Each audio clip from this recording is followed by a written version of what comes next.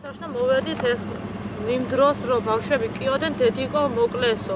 არ მოგდე დედიკო არ მოგდეო და გამოვედით რა გჭირარია ბავშვებთან ასე 29 წაუკიდავ მამა ჩემაო და მოკლაო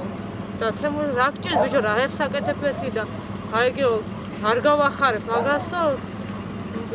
დავჭარი ახლა მაგიო და ცეცხლ წაუკიდე და აგერ ვკლავ